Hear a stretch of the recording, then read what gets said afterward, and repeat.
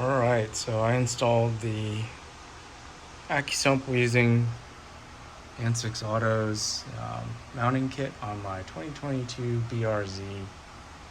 Obviously it would work for a GR86 as well. Um, for those of you that are not familiar with what an Accusump is, you can kind of think of it as a pressurized bladder of oil, which will feed back into the system um, if your engine starts running low on oil pressure or lower than what's in the Accusump. So kind of helps keep it more stable. All right, so you can see that I have a manual valve on it, and really what I wanted to do is just provide you a couple of tips for the install. It's a relatively easy install. It's not messy, but there are a couple things that might make this easier for you. I did install a liquid filled gauge because I didn't think the regular one would last too long in a vibration filled environment, but it's kind of overkill. It's just a 2-inch gauge with I think I don't remember the fitting size, maybe 3/8 MPT. Just picked it up off of Amazon, but I wouldn't go any bigger than a 2-inch gauge due to size. For all of the fittings, you need to wrap them with Teflon tape. Use good tape. Don't use the crappy white tape that is found everywhere. I like this blue stuff. I forget which brand it is. So there's an order of operations. I think it's called out in Ansix's install directions as well. You're going to have to remove the pressure relief valve, which is this brass fitting. This opens at like 175 psi. If for some reason this gets overcharged, it shouldn't. Remove this, and then wrap the. This is essentially just a brass nipple. You're gonna want to wrap that both ends with Teflon tape. Then install it into the Accusump, and then install the manual valve into the Accusump. And then anywhere there are pipe fittings, you're going to want to wrap again with Teflon tape. Do not wrap with Teflon tape when it's like a proper AN to AN fitting, like right here. These fittings are probably aluminum. Most AN fittings are, so don't crank on them too hard. Use the right tools. Use AN wrenches if you have them, and where there's space. We'll talk about that later. So you get this side all sorted out. And also another tip, when you're installing and adjusting the canister, make sure you wedge something in between the canister and the coolant pipe that runs behind the engine here.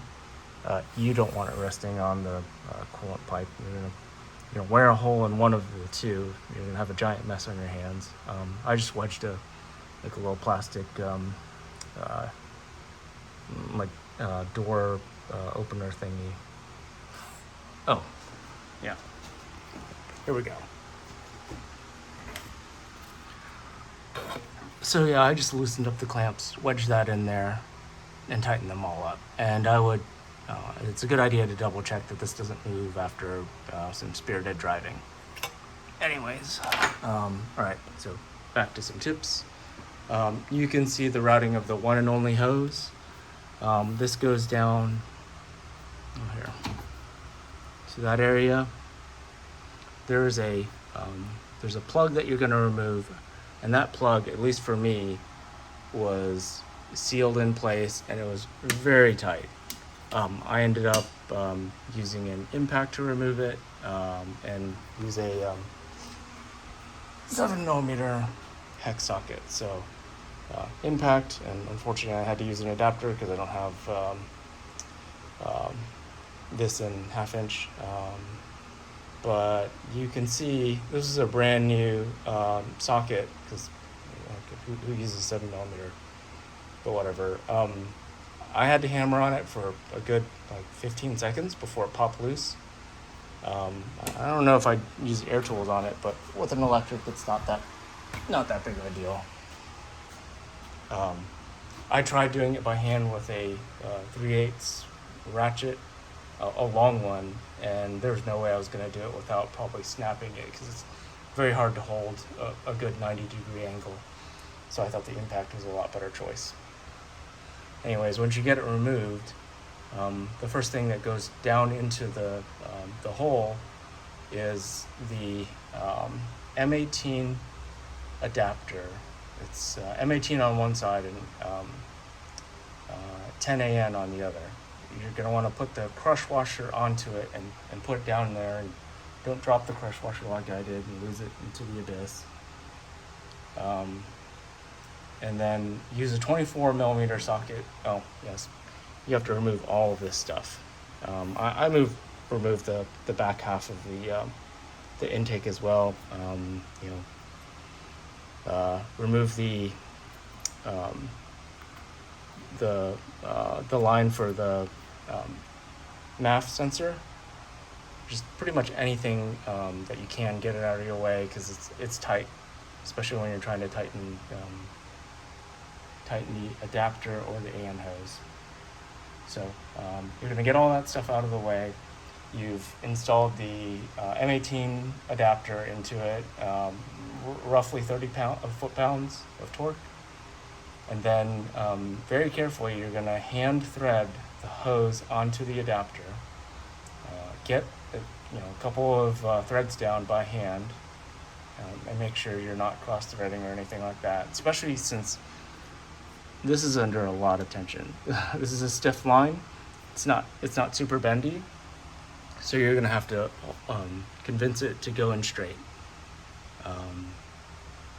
Once you get a couple of threads in, you're going to find that you don't have much room down there for tools, even with the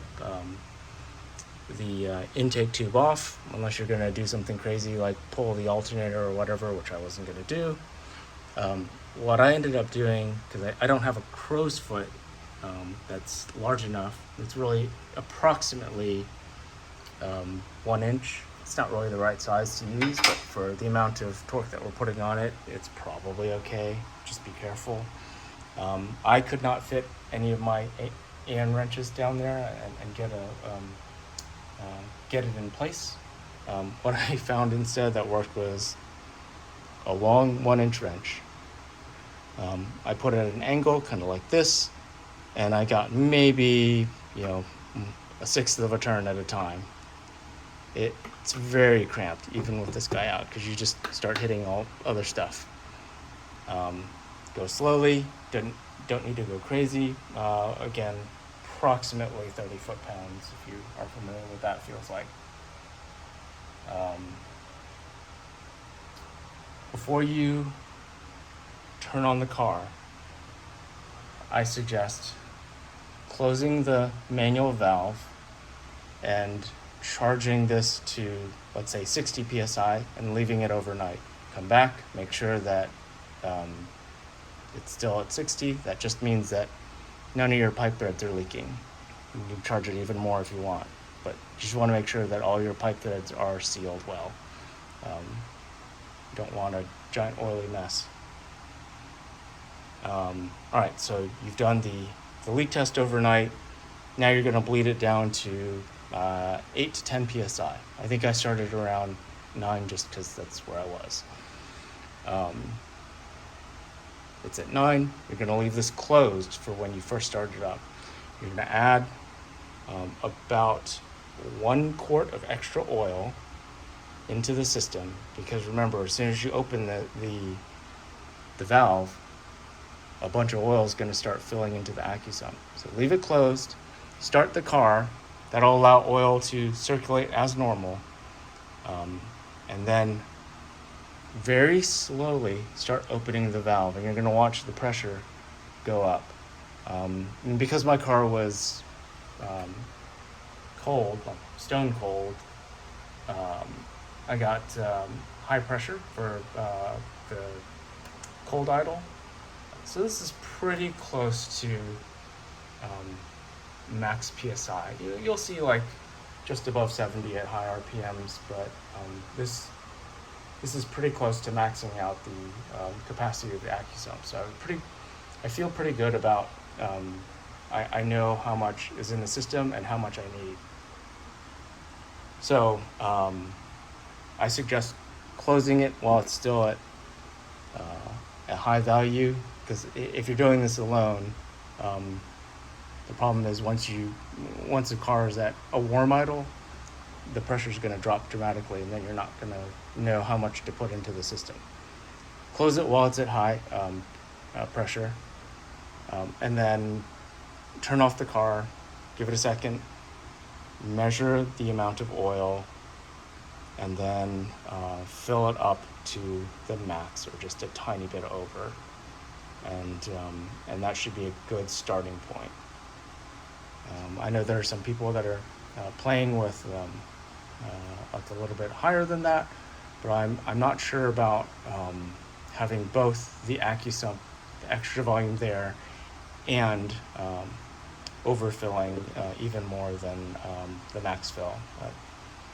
That might result in some conditions where your crankshaft is churning through oil, potentially foaming it up. So I wouldn't suggest that. All right, so this has been a long video, but I hope it helps you understand the install. It's a rather simple device, but there are some edge cases you just need to be aware of, and be careful with the install. Probably the most important parts are be careful with the fittings. Make sure you leave space here so you don't wear a hole through the Accusump or the coolant tube, make yourself sad. Yeah, and you'll be all right. All right, hope this helps. Bye.